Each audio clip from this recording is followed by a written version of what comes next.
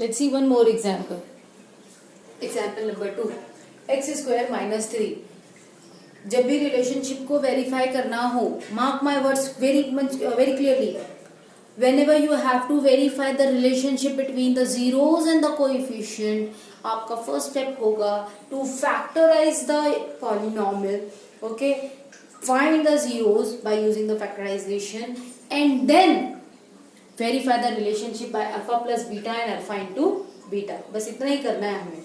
ठीक है, तो चलो अब इस वाले क्वेश्चन को स्टार्ट करते हैं क्विकली. सोल्यूशन पहले हम लेंगे let f of x is equals to x square minus 3.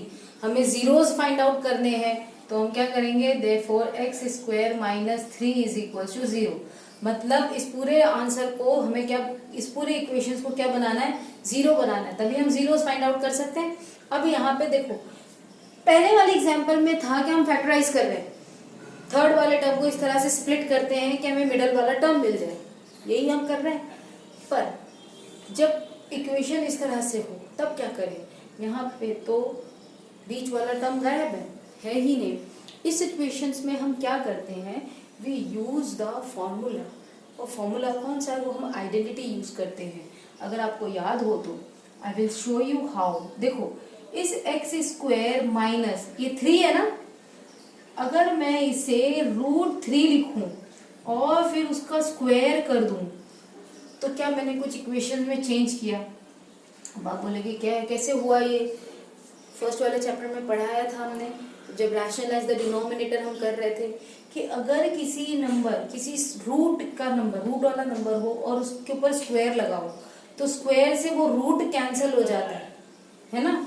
अगर ये मैंने 3 यहाँ पे लिखा इस तरह से और इसका स्क्वायर लगाया तो स्क्वायर से ये रूट कैंसिल हो जाता है, क्या बचता है, सिर्फ 3 बचता है. 3 ही बचेगा ना, तो यानी कि हम 3 को इस फॉर्म में लिख सकते हैं, हमने कोई चेंजेस नहीं किया है, राइट. अब यहाँ देखो, अब ये बना आपका एक्स स्क्वायर माइनस √3 का square. Remember a square minus b square, the identity in the algebraic expressions last year, क्या है वो, therefore x minus √3 and x plus √3 is equals to 0. अब आपको समझने में दिक्कत आ रही, इसीलिए मैं यहाँ पे फॉर्मूला लिख दूं. ए स्क्वायर माइनस बी स्क्वायर होता है ए माइनस बी और ए प्लस बी. ये फॉर्मूला है, आपको याद होगा, ए स्क्वायर माइनस बी स्क्वायर. तो ये है आपका ए स्क्वायर, ये है आपका बी स्क्वायर. फॉर्मूला क्या कहता है, ए माइनस बी. तो ए है एक्स, एक्स माइनस √3, ए माइनस बी, और फिर क्या है ए प्लस बी, एक्स प्लस √3, ए प्लस बी. ठीक है, वही हम उस सिचुएशन में पहुंच गए, या तो ये 0 के बराबर है या तो ये 0 के बराबर है. Therefore x minus √3 is equals to 0 और x plus √3 is equals to 0. अब क्या होगा, ये माइनस √3 इसको यहाँ ले जाओ तो x इज इक्वल्स टू या तो प्लस √3 या फिर x इज इक्वल्स टू ये प्लस √3 उधर जाएगा तो क्या हो जाएगा, माइनस √3. दैट मीन्स द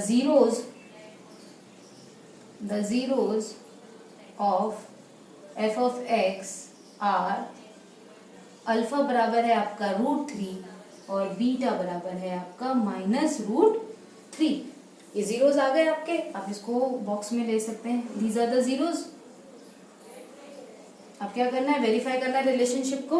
तो उसके लिए सबसे पहले करेंगे कंपेयरिंग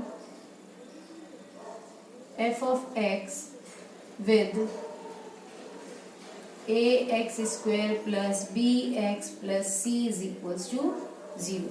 इससे हमें कंपेयर करना है, या फिर c is equals to 0 मत लिखिए, बस इतना ही कर दीजिए. ax square plus bx plus c.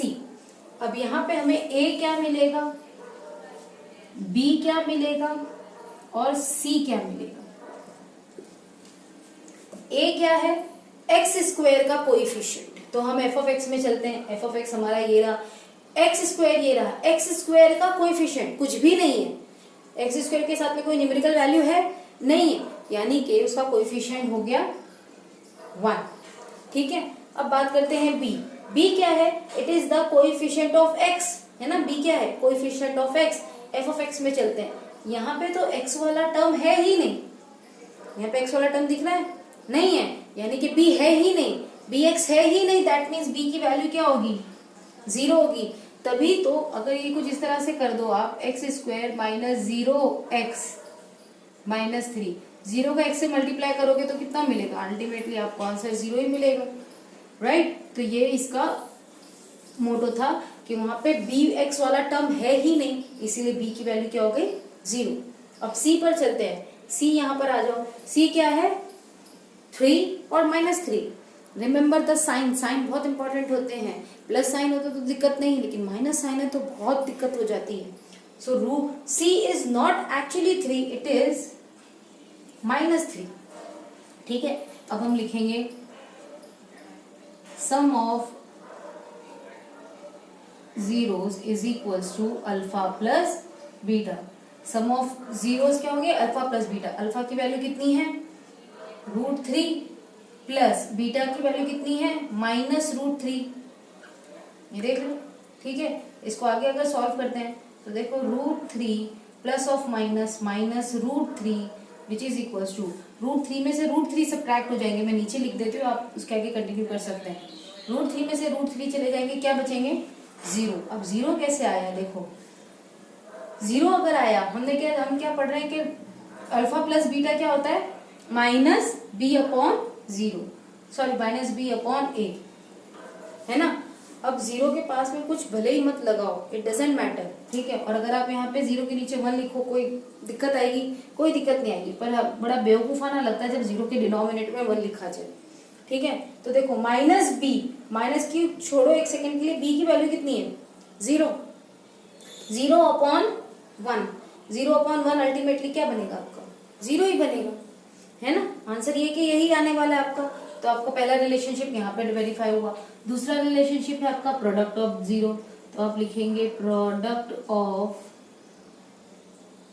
Zeros is equals to product of zeros, यानी कि √3 मल्टीप्लाई होगा -√3 से, है ना। तो क्या हो जाएगा? देखो दोनों डिफरेंट साइन है तो आंसर तो नेगेटिव होगा। √3 में √3 का मल्टीप्लाई करेंगे, मतलब ये क्या बन जाएगा? √3 का स्क्वायर। अभी मैंने आपसे बात की कि किसी रूट के नंबर का अगर स्क्वायर हो तो स्क्वायर से वो रूट कैंसिल हो जाता है। अल्टीमेटली आपको क्या मिला? सिर्फ -3। -3 अगर मिल रहा है, इसके डिनोमिनेटर में कुछ नहीं है, अगर 1 लिख दो कोई दिक्कत? कोई दिक्कत नहीं। -3 क्या है? Just see carefully. -3 क्या है? c। 1 क्या है? It is a। Alpha into beta is c/a। देख लो है, वेरीफाई हो रही है। तो आप लिखोगे hence relationship between zeros and coefficient is verified। बस गॉट इट। इसी तरह से आपको क्वेश्चंस करने हैं। तो एक आध क्वेश्चन हम 2.2 में से भी ले लेंगे। अब इस बार मैं थोड़ा फास्ट करूंगी ताकि हम इसे जल्दी फिनिश कर सकें। So let's see the next question from the exercise now.